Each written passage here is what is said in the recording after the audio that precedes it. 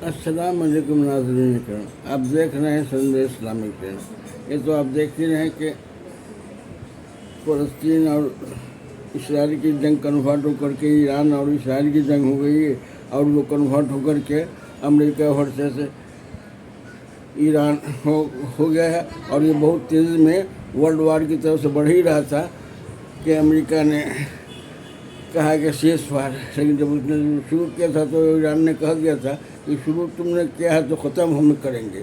तो बहरहाल उनके सीज़ फायर बोल देने से ईरान चुप नहीं बैठा, उसने कहा कि शुरू तुमने किया है तो ख़त्म हम करेंगे।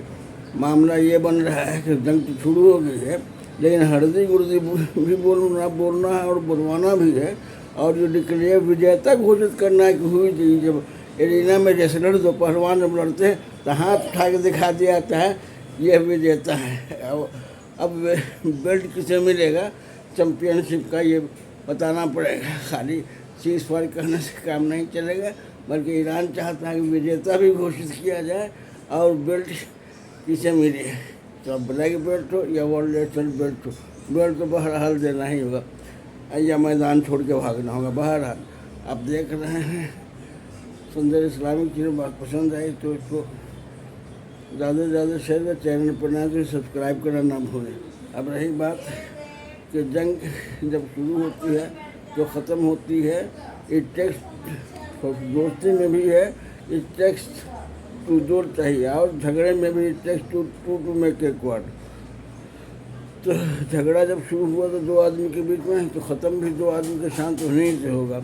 लेकिन इसने तो कह दिया था कि शुरू तुमने किया तो ख़त्म हम करेंगे, तब इस पर वो टिका हुआ। लेकिन अंदाज़ा है कि मेरे ख़्याल में रहम करम आएगा इनको, या खामोश हो जाए, क्योंकि इस्लाम का तरीक़ा भी है कि जब कोई सरेंडर कर जाए तो उस पर जुल्म और ज़बरदस्ती न किया जाए, जहाँ तक मानो कि वो राज़ी हो जाए और सुस्त पड़ जाए और सरेंडर कर जाए। बहरहाल ये चीज़ तो आ गया, सीज़ फायर सरेंडर करने का एक नया तरीक़ा है सीज़ फायर समझाना। बहरहाल हम जो भी समझें, लेकिन ईरान की फतह कामरानी साफ दिख रही है, न्यूज़ में भी और मैदान में भी।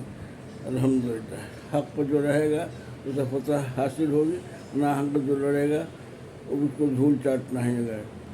हिंदुस्तानी फॉर्मूला है सत्यमेव जयते, नस्रुल्लाह फतह क़रीब रगमत आगे सत्यमेव जयते। चलिए विजयी भव हो चुका है। अब कोशिश करें सारी दुनिया में अमान और सलामती कायम रहे।